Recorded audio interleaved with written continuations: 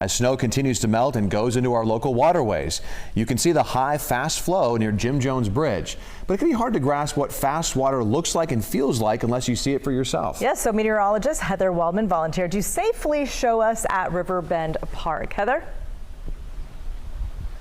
Yeah, Lisa and Ty, safety is the name of the game here, hence the Life Vest. And that's also part of why we chose this particular spot at Riverbend Park, because of all spots on the lower American River, it's actually one of the calmer spots on the river itself. But up at Nimbus Dam right now, water is being released into the river at 15,000 cubic feet per second. Now, what does that mean? Well, 1 cubic foot has about the same volume as an NBA regulation size basketball. So picture 15,000 of these flowing out of the dam at every single second. Now, of course, as the water flows down the river, that flow rate is going to change dramatically. So that's why we came out here a couple of hours ago.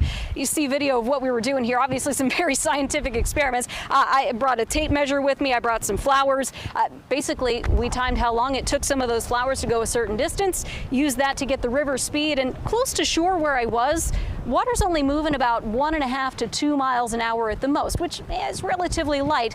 But if you look out beyond me here, the water is flowing anywhere from 4 to 5 times faster than that. Now, if I were to walk out into that water, let's say up to my knees or so, about a foot, that would be maybe 5 pounds of force on my body. But if someone were to walk out into that water up to, say, their shoulders, about 4 to 5 feet, that could be anywhere from 50 to 60 pounds of force on your body.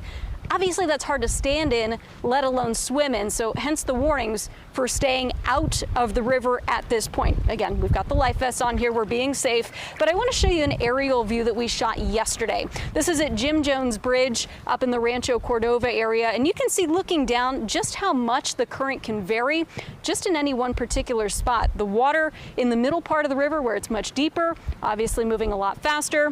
Closer to the shore, that's where the current is much weaker. But just how quickly that can change, that's another part of the danger with being in the river, because one misstep and you could really get yourself into some trouble. Now, as far as the water temperature here at this particular spot, we measured about 55 degrees, which, I mean, standing in it with my feet in it, yeah, it feels pretty nice. But if you are in that temperature water for up to an hour, well, it can start to become pretty dangerous at that point. So again, the best advice is to heed those warnings, stay out of the rivers this weekend. But if you want to find a good spot, the reservoirs, still chilly, but a little bit on the safer side.